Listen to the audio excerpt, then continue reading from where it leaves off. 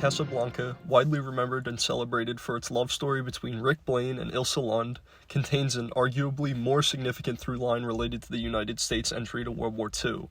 The United States formally entered the war fairly late, and, as is evident by the final film, director Michael Curtiz was in full support of this decision. Through Casablanca's production, release, setup, characters, and dialogue, Curtiz successfully comments on and supports the United States' involvement in World War II, almost to the point of becoming U.S. propaganda. The historical context surrounding Casablanca signaled the urgency of its creation. The United States was largely isolationist in the 1930s, keeping itself out of wars in Europe and Asia. But in 1940, only a few years before the film's release, as the United States Office of the Historian puts it, the U.S. had already begun to shift from neutrality to non-belligerency by providing aid to the nations at war with the Axis powers.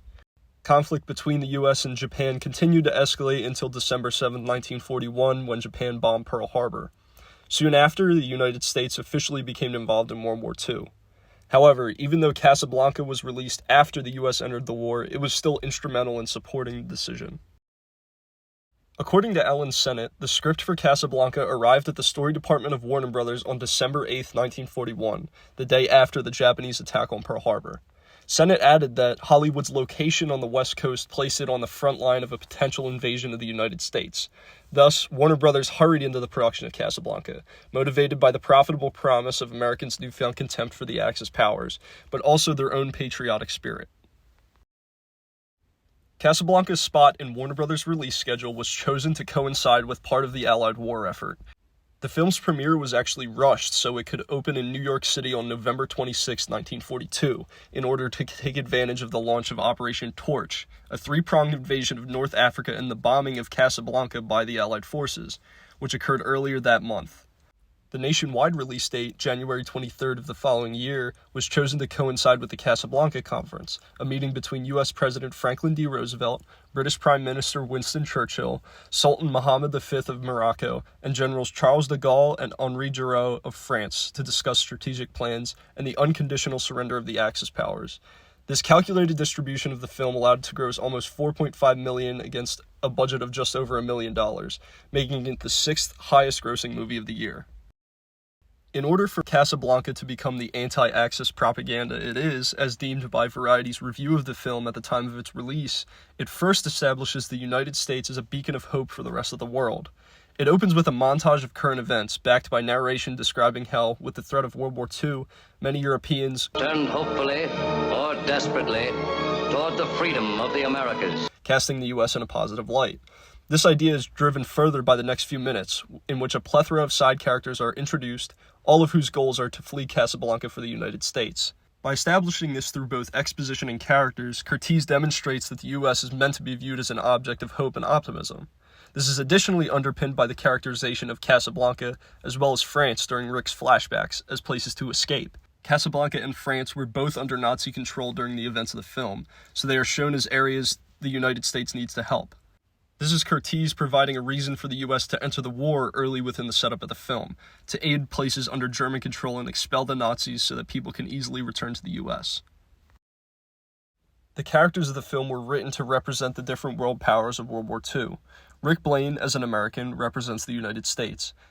He is indifferent to conflict at the beginning of the film, but his arc is about re-entering the fight in his own way, and by the end, he is helping Victor Laszlo escape Casablanca so he can continue to lead his rebellion against the Nazis.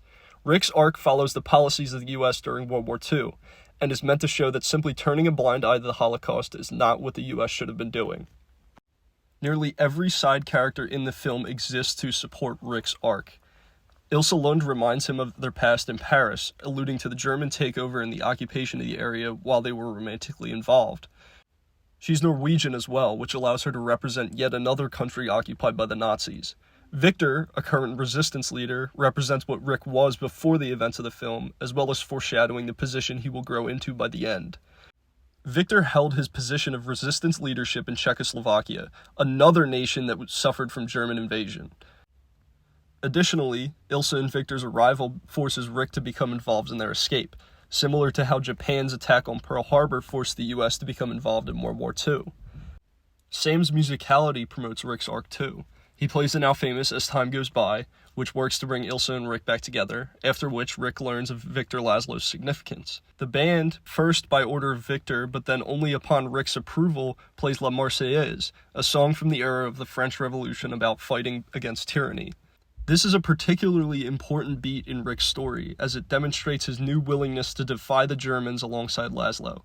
Even less integral characters, such as Signor Ferrari, support Rick in his arc through smaller pushes. One of the early lines of the film is from Ferrari, a British character, to Rick, saying, "In this world today, isolationism is no longer a practical policy," which represents England calling for the US to enter the war and directly criticizing the US's isolationist policies of the 1930s. Captain Renault, on the other hand, is more similar to Rick, acting as a reflection of him.